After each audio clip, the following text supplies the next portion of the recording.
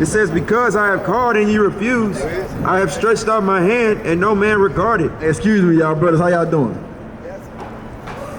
Fine, how you doing, sir? Can't complain. How y'all feel about Deion leaving, man?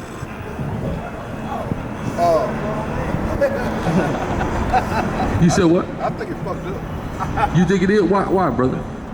He said God told you something down there. I'm thinking 2 years you ain't doing that. This ain't, you know, Jay State, you been good all the time.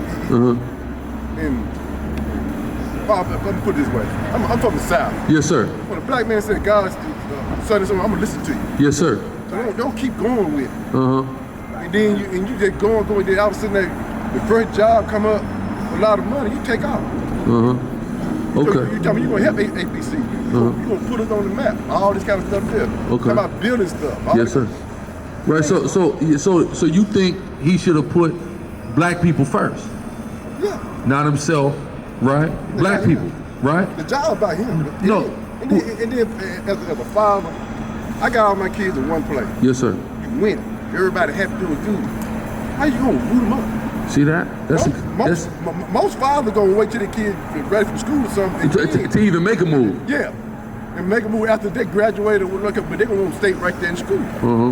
So, but then Colorado ain't no good job. They only one. Well, he just want to go because it's Pac-12. That's all. He want to just take his kid to a bigger conference and hope that he get him a higher draft. And now listen, he's thinking about his son, but here's my thing, right? Because I've heard different perspectives on this whole situation, right? That's what I'm asking y'all. I ain't heard nobody from Jackson State perspective yet, right?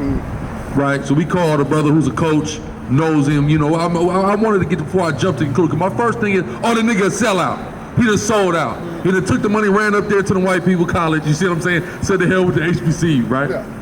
Somebody broke it down to me, listen, he really doing this about his son, blah, blah, blah. All that sounds good, right? I ain't mad at somebody looking out for their son, but here's the but though. You know what's bigger than your son, my son? A collective. You see what I'm saying? That's bigger than anything selfish. I put myself first, I put my kids. What about us though? Yeah. Cause we know ain't nobody give a good goddamn about us in about 500 years at all. So when the hell is we gonna give a damn about us, right? Yeah. Now the beautiful thing, I heard somebody who, they didn't go to Jackson State, they went to Tuskegee. And they were saying, listen, at the end of the day, we don't need no Deion, because HBCUs don't graduate athletes, we graduate CEOs, we graduate businessmen, we graduate politics, things like that. That's also an interesting perspective, right? Yeah. Athletics are, of course, a part of what goes on at the school and the band and et cetera, but HBCUs do turn out a lot of black professionals, which is a beautiful thing. You see what I'm saying? So it's just different perspectives, but when we out here talking about, of course, we talking about the Bible, we talking about we the real Jews, stuff like that. And the whole point of it is about us putting our people first. Because you got a people that have stolen a history, a heritage of us, assumed the identity, and they utilized it to empower themselves by sticking together and building institutions. Yeah, and then like this, you know, I joked with my friends that went to college at Jackson State, and they, you know, came to Atlanta, Texas, work. I stayed. You stayed in Jackson? I'm from Jackson. Yes, sir. I believe you, cuz. Yes, sir. Yes, sir. Yes, sir. I don't think no school in here better than Jackson State. Yes, sir. My friend. No, yes, sir. Jerry Wright, not Jerry Wright, shoot, Walter Payton, I watched all of them. Yes, sir. When I was going to school, we were sitting out pro board in Mississippi State, no miss. But all of a sudden, when the money started coming, you know, back then, the brothers, we coming out of the cotton field and stuff. Yes, sir. You know, you try to help your family. So the reason you do that, we from the suburb, man. I tell my daughter, you know, you from the suburb, baby. They don't know about this struggle. Exactly. I made it for you. I made less money in Mississippi, and then same job anywhere else. But I didn't do it. Somebody got to stay. See that? That's right. Somebody got to stay. Everybody got to go. That's right. But see, he ain't sweat. That's right. You know what they said? He ain't sweat. They said he ain't sweat. Look here. The homeboy did that. It made me look at him then. But I bought into it. We all did. I did. I said, oh, look at he looking out for the black college. Cause homeboy, when you tell me the Lord don't want you to do something, I'm finna pay attention to you. I might not agree with, but I'm gonna let you do what the Lord wants you to do. That's right. 2 years, you signed up for your contract. Finish the contract, man. Gone. We knew you were gonna stay for 2 years. At least finish the contract. And then you know, and I hate to say it, it was poetic justice. the Lord couldn't let you get that 13-0 because they're undefeated. Yeah, no, he did. Cause look, as soon as I pulled up, they said, "Hey man, yeah, he just lost." I said, "Damn." Yeah, oh man, look here. Oh, we knew that wasn't gonna happen, and it just happened. But you said that was a Lord, cause like you said, now he used the good Lord to manipulate the people. And, you know, to me, I go to church. I'm a deacon in my church. I do what's cast and everything. But now, I understand. When I pray to the Lord, I'm done. When I say leave it on the altar, I go pray and leave it on. I'm not talking about it no more. Yes, sir. Let the Lord do His work. Yes, sir. He said, be still. Yes, sir. Be still. I tell my friend that I was looking for a job one time. I was sitting there broke, sitting at home. He said, he took out with me. He gonna talk to Larry, man. Man, he sitting at home smoking dope, chilling. You know, when he come down and talk to me, man, the Lord told me to be still. That's right. So I be still. Job came along. My first job, I make $200. I'm talking about 2,000. My buddy drive a truck, he make that big money. He said, man, ain't no money, it's money to me. I don't need that much. That's right. And then from then on, I've been on the same job for 17 years. My mother been going there ever since. Yes, sir. Yes, sir. Grind, but you just was still, baby. Grind, you just still, but it's that faith though. The importance of faith. I ain't saying Deion got faith, but then you don't come to tell no Southern black man that the Lord sent you. Cause we been party. I already walked Yes, sir. Yes, sir. Yes, sir. The first year I walk away, but then you come and start doing stuff that was kind of off to me. I heard he got rid of the classic up out of Memphis. What we needed that? You needed that? You ain't want the classic up in Memphis? Okay.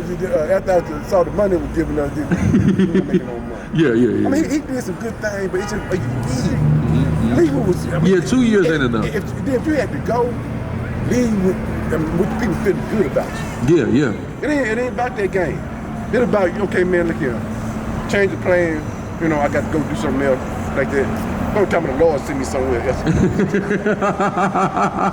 Because you know that's what he said about his professional career, why he played on so many teams. The Lord wanted me to go to all them cities. and you see Colorado, they got that big old pretty facility. You know, and I don't like listening to him now. I said, to me, you're a false prophet. Yeah. but I mean, he's a good guy though. Yeah. But you know, my thing is, man, is just finish it. Finish the work. Scripture speak about finishing the work. Right? He didn't count the cost. Yeah. Well, you got going to that, he ain't count the cost. But now you can't tell me that loss didn't hurt. You know it did. Oh, you know it did. Cause one thing Lord do, even if you gonna still leave, but they're gonna bother you the rest of your life. Yeah, that you didn't finish it out with a perfect season. I don't think they're like Shallow. You see, so Shallow don't want to go. The culture, you can't take the black culture to Colorado. Yeah, that ain't it. 98%. Listen, let me tell you something. My uncle, he went to Colorado, right? So my grandma, she from Kentucky, right? Yeah. So my uncle, he went to Colorado. After he came back to Colorado, she said, that nigga think he white. She always say it. She used to call him on the phone, nigga, you know you're black, right? Because after he went to Colorado, all his friends is white. You see what I'm saying? That's the culture of Colorado. We know that. You know what I'm saying? But then in Mississippi, you look at even all other HBCU schools. Got stadium, got nice stadium. Some of them might be old, they don't redid them, they look good and stuff like that. But now in Mississippi, we got 3 colleges. We got Alcorn, we got Valley, and Jackson State. Alcorn Stadium got built by some kind of grant or some kind of bond from years ago that they built their stadium. Valley, the high school my kids went to stadium is bigger than that. I stay in I'm from a white town, Clinton. All the suburbs fields are bigger than Valley. And then y'all put us up in an old stadium that the state of Mississippi built for old Mississippi State. And we supposed to be satisfied, but everybody else got fine stuff. Now, my friend, his daughter go to Mississippi State. He had me go to a game with him. And I was excited because they're playing Texas A&M. But when I walked out, y'all looking around, I said, man, it ain't what I thought it was gonna be. Look at all this fine stuff and we struggling. Exactly. You ride down streets in Jackson, it's empty. They talk about crime. The crime between people, like, you know him, that's who's doing the crime. People ain't going just robbing folks. Random people, yeah. They robbing who they know. Exactly. Half of the street, if you got some money, you go buy you a whole street in Jackson if you want to. Ain't nothing wrong. The city dead. The city is surrounded by Republican towns, and they just draining the life out of it on purpose. Okay. Okay. And I tell my white co-workers, I said, the state of Mississippi wants Jackson to be something, they put money in to do it. You put money into Madison, you put money into Clinton, you put money, all the surrounding counties. What about what Brett Favre did though? Stealing that money from the state and getting volleyball, not even football, a goddamn volleyball facility built. He done mess his career. Yeah. No, nobody gonna trust you because you take away from money. Exactly. And they owe me something. I pay well 15. That's damn Where right. my money at? And in the poorest state in the country. Yeah. That's crazy. You know, but then they've been doing that for years, and we trying. And I want to stay there until we get the foundation down for the football fields, stuff like that. Then you got it. So wait, because he gave the money back to improve the facility, but it ain't been done yet? And Go ahead. I need you to ask the brother. Outside of the boosters that Deion Sanders raised money from, outside of Jackson, he also complained about the city of Jackson, the people at Jackson State weren't given enough. So my question to you is, for the city of Jackson, so we don't know. you know we ain't got that kind of money. I'm just saying, how many of the people did pour it back into that community or into that school from that community? You see how we build the stadium was? We sold like every place we went to. We have 55,000 people games. Black people. we came to support. But it takes time to do what he's talking about. It takes time. We can't go just go to build no practice facilities, cause $1 million because we ain't got that kind of money. I mean, he ain't small, but the state of Mississippi done underfunded the black colleges for years. Of course. Especially Mississippi. Our government sending money back. Let me ask you something, right? Who you vote for? You vote for Biden? Yeah. Okay. I'm Democrat. Okay. Now listen, you know Biden just gave $55 billion to 50 African countries. 55. I said a nigga we can't get 55 billion back this way. You know, went across the ocean and gave them 55 billion. But they might need it. Hey, listen, they might need it, but see, even like this boy was telling me about something at USC. Dr. Dre gave about 70 million to USC. Where's Compton's money? You ain't go to USC, Dre. USC ain't it's a college next to Compton. They like the things like You see, that's what it is, man. That's what it is, man. They don't like to be about it, but I said, but I love the death of me. But if I was a post free to heal, I could look kind of like you said. Come on, man. You can do it better than that. You gotta counsel him, but he gotta just get some good counseling with him. Yeah. You know? I mean, and then he went to Florida State. Exactly. You know, and then, back then, white folks couldn't do it like that. Exactly. We know that. You know, and he talking about he was poor coming up with that big old gold chain he had on. I'm Prime time now. I'm old enough to remember. Yeah, exactly. I'm 60. I'm old enough to remember. Dion. Prime time. And me and my friend, we argue about this stuff all the time. You know, about prime. Prime don't have certain Negroes don't have the same drive as other Negroes. Exactly. That's right. Because you come up real poor, some of them want to forget where they come from. Yeah, exactly. Money become, I just need the money, and so I can change it. Some people go, I want to give back, I want to change, I want to improve where I come from. I'm going back to the hood. Yeah, I'm going back. Even if I stay in the suburb, I'm going back. I'm going back, yeah. I got to give it. But then, but it's all good. Look at it, it's all good. TC there, he played. So he gonna do what he need to do. Okay. We gonna be back. Okay, beautiful. We coming back down here. Beautiful. Them North Carolina Mountain team, we gotta get there. They don't beat us too damn bad. Make sure you get our literature, man. I appreciate you, man. Appreciate you, brother. All right. All praise the Most High. But like the brother said, man, he touching on some powerful points dealing with, actually caring about your people, right? Actually saying, you know what, I'm not gonna be one of the ones that's gonna graduate from Jackson and then, I'm gonna come move to Atlanta, get me a nice office job, nothing wrong with it, but somebody got to stay and somebody got to actually pour back in. See, that's the problem with our people. We start thinking like everybody else. We just want to use our people and then get the help from around our people, right? Instead of actually building, building things up, building institutions, enriching, right? Because that's what our people need. People, give me that Isaiah 42 and 22, right?